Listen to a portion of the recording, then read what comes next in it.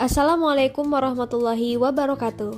Halo semuanya, kami dari Program Studi Psikologi Fakultas Kedokteran Universitas Hairun akan membagikan sedikit materi mengenai teori belajar kognitif dan implementasinya dalam pembelajaran.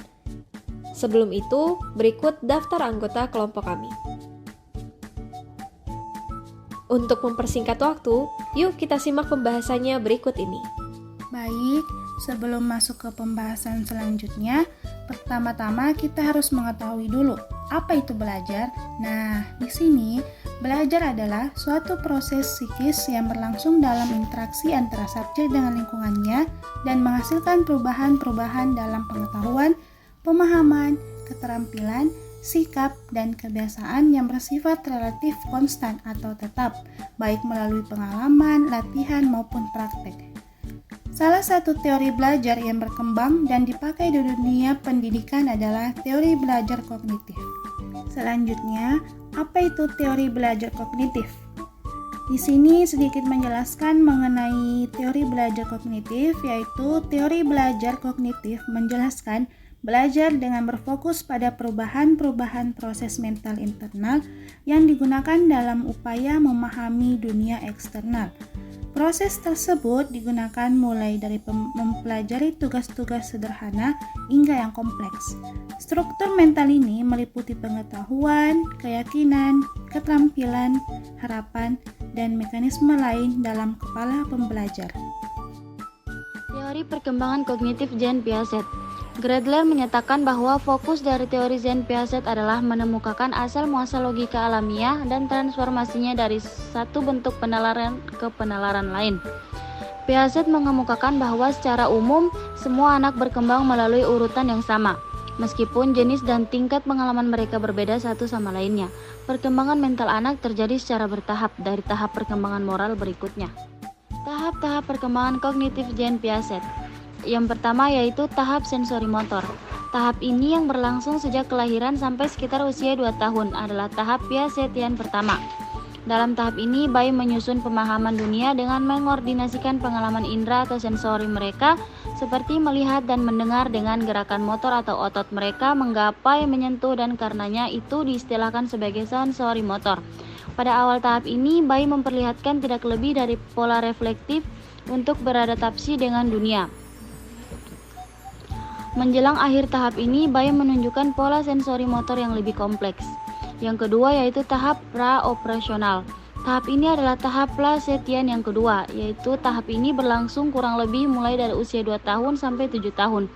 Ini adalah tahap pemikiran yang lebih simbolis ketimbang pada tahap sensori motor, tetapi tidak melibatkan pemikiran operasional. Namun tahap ini tuh bersifat egosentris dan intuitif ketimbang logis. Yang ketiga yaitu tahap operasional konkret.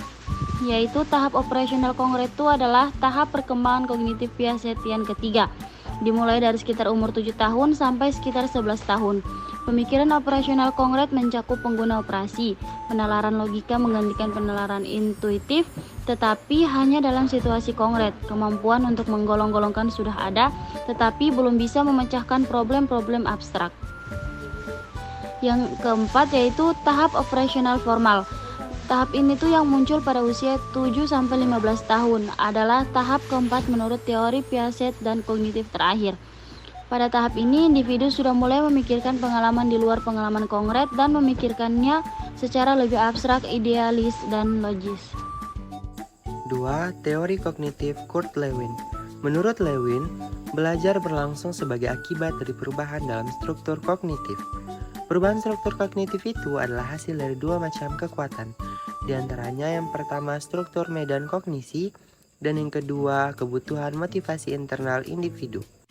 3. Teori kognitif Jerome Bruner.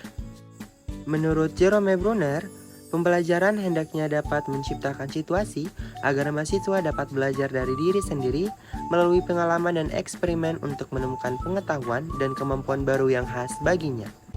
Dari sudut pandang psikologi kognitif, bahwa cara yang dipandang efektif untuk meningkatkan kualitas output pendidikan adalah pengembangan program-program pembelajaran yang dapat mengoptimalkan keterlibatan mental intelektual pembelajar pada setiap jenjang belajar.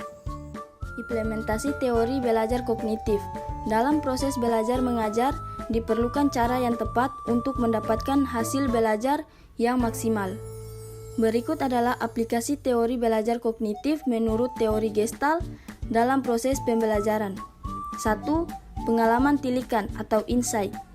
Tilikan bisa disebut juga pemahaman mengamati.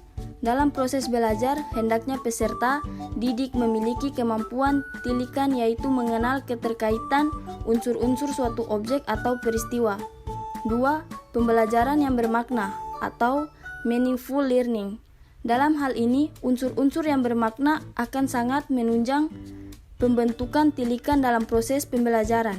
Selanjutnya, perilaku bertujuan atau purpose behavior. Suatu perilaku akan terarah pada tujuan. Proses pembelajaran akan berjalan efektif jika para peserta didik mengerti tujuan yang ingin dicapainya. Jadi, hendaknya para guru membantu para peserta didik untuk memahami arah dan tujuannya. 4. Prinsip ruang hidup atau life space. Perilaku individu memiliki hubungan dengan tempat dan lingkungan dia berada.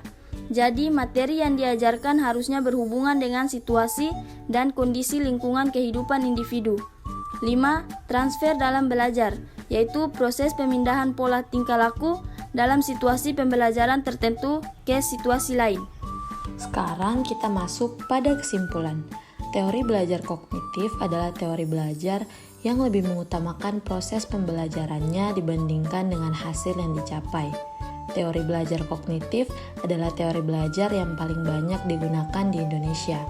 Teori ini merupakan kritik dari teori-teori yang telah ada sebelumnya, seperti teori behavioristik.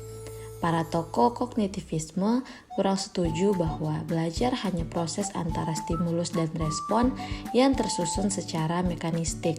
Yang terpenting dalam teori kognitif adalah insight atau pemahaman terhadap situasi yang ada di lingkungan, sehingga individu mampu memecahkan masalah yang dihadapinya dan juga bagaimana individu berpikir atau thinking. Sekian dari kelompok kami. Wassalamualaikum warahmatullahi wabarakatuh.